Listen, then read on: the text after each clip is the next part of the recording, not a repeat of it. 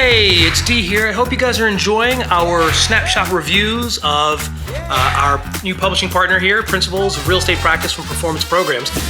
It's an excellent book, and I'm really digging it. It's a fantastic book to be able to study for this examination, and there is a link in the description below for you guys to check it out and buy it.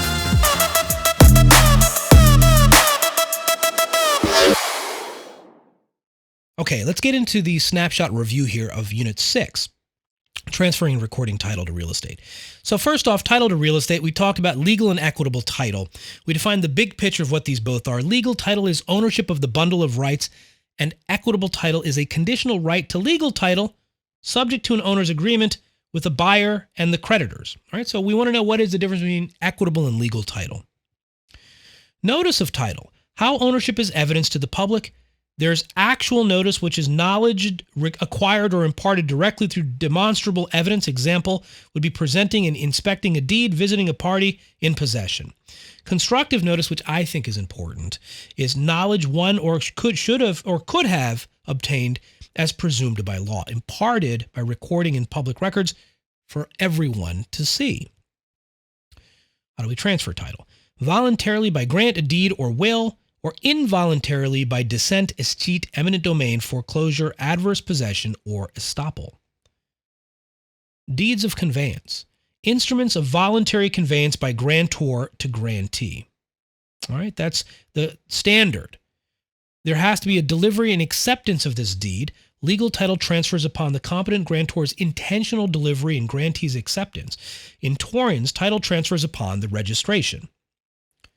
The validity of a deed is grantor grantee must be in writing. There's a legal description inside of this thing. There's a granting clause, consideration, the grantor's signature, it's acknowledged, and there's a delivery and acceptance by the grantee. This is what makes a deed valid. This is a great short summation. I would read through this again. Deed clauses and covenants that are pretty popular. The premises clause, or the conveyancing clause, the granting clause that's in there. Habendum clause, what type of estate you're receiving. The redendum clause, are any restrictions inside of the estate. The tenendum clause, or is there any other property included? Plus any warrants. Ceasen, which means possession, quiet enjoyment, further assurances, warranty forever, any encumbrances that we know of, and any and all grantor's acts. These are the warrants that are protected and typically seen in the general warranty deed, has all of them. The state will determine statutorily which it provides during a conveyance. And then we learned about those 4 statutory deeds: the bargain and sale, I own but I won't defend, typically used in the sale from a bank. General warranty, I own, I will defend, favors the buyer over the seller. The grantee is favored over the grantor. Special warranty, I own and warrant whatever I did myself. Anything that predates me, not my problem. All right, that's the kind that we use in Massachusetts.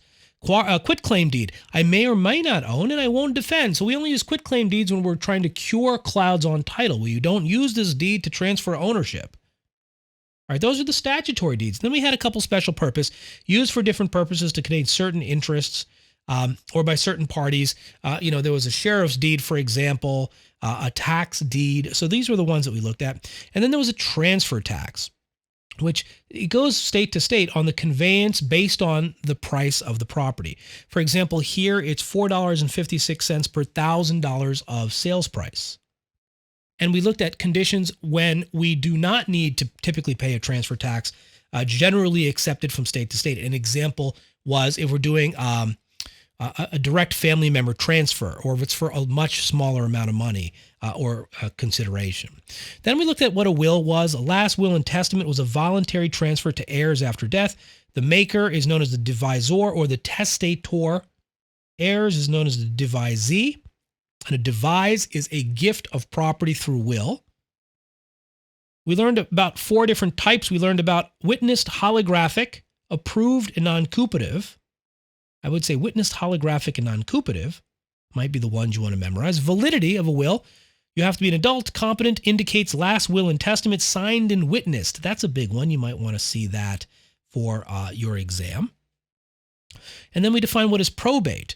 If you die with a will or testate, your estate passes to the heirs. If intestate, which means I died without a will, to successors by descent. If intestate with no heirs, the property escheats to the state or county. Escheat means when somebody dies with no will and no heir, and the government takes the property.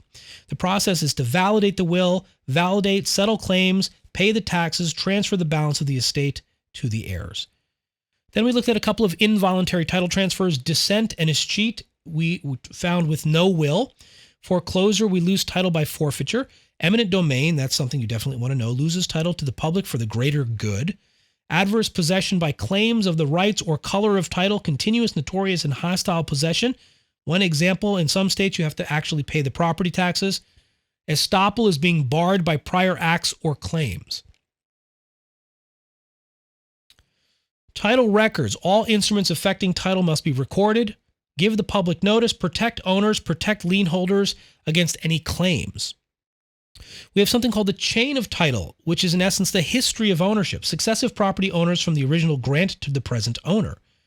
The abstract of title is a chronology of the recorded owners, transfers, and any and all liens and encumbrances on the property.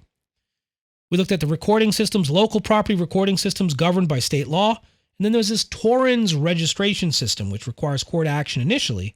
Legal title does not pass until the recordation occurs, and there's a certificate of title. We learned about the Torrens system, and I think that might be important.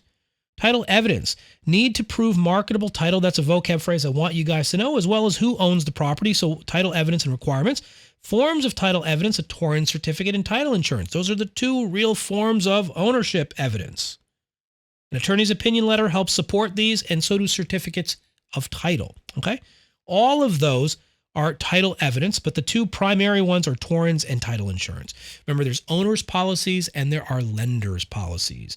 And typically premiums are paid one time at settlement. All right, boom. That is a snapshot review of Unit 6. That covers everything that we checked out there. We did the PowerPoint review as well. Let's take a look at some practice exam questions in Unit 6 and see how it would approach those coming up next. Hey, I'm D. Kumar, and if you're studying for your real estate licensing exam right now, or you're looking to level up your game when it comes to real estate knowledge, make sure to subscribe and like.